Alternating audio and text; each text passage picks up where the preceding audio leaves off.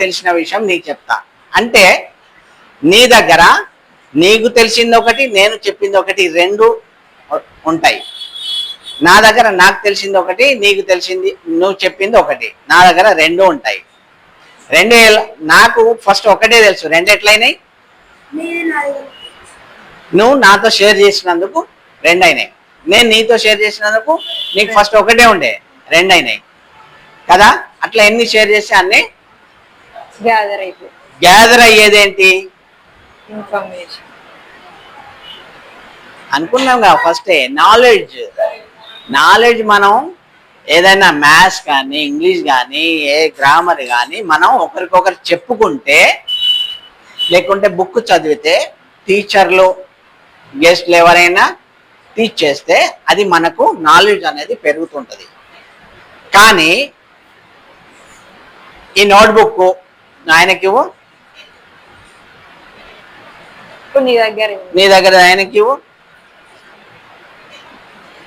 ఇప్పుడు ఏమైంది? ఎక్స్చేంజ్ అయ్యేది అంతే, కానీ ఒక్కొక్కటే ఉంది కదా, పెరగలేదు కదా. అదే నాలెడ్జ్ అయితే పెరుగుద్ది, అంతే కదా. ఇప్పుడు ఫోన్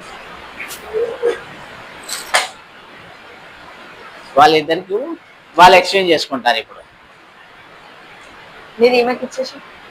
ఒక ఫోన్ మీరు ఒకరిదొకరు ఎక్స్చేంజ్ చేసుకుంటారు. ఇప్పుడు ఎక్స్చేంజ్ చేసుకున్నారు కానీ నీ దగ్గర రెండు ఫోన్స్ ఏం లేవుగా. ఆమె దగ్గర ఇప్పుడు నువ్వు తీసుకున్నావు అనుకో, ఖాళీ అయితే ఆమె దగ్గర ఏమన్నా ఉంటుందా? ఏముండదు.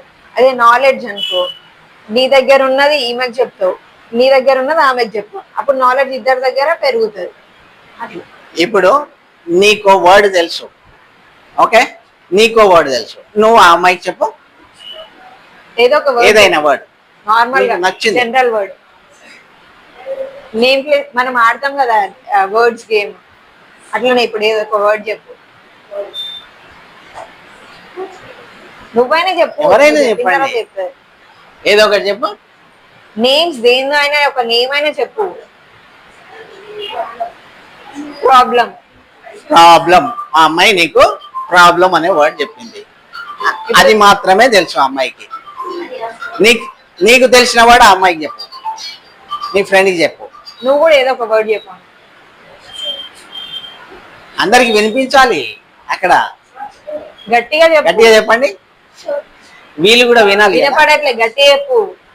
వీళ్ళు వినాలి కదా. ఏం చెప్పావు? చెప్పు మమ్మీ. సొల్యూషన్. సొల్యూషన్, అక్కడ ప్రాబ్లం. Very good. ఆ అక్క ప్రాబ్లం అన్నది, ఈ అక్క సొల్యూషన్ అన్నది.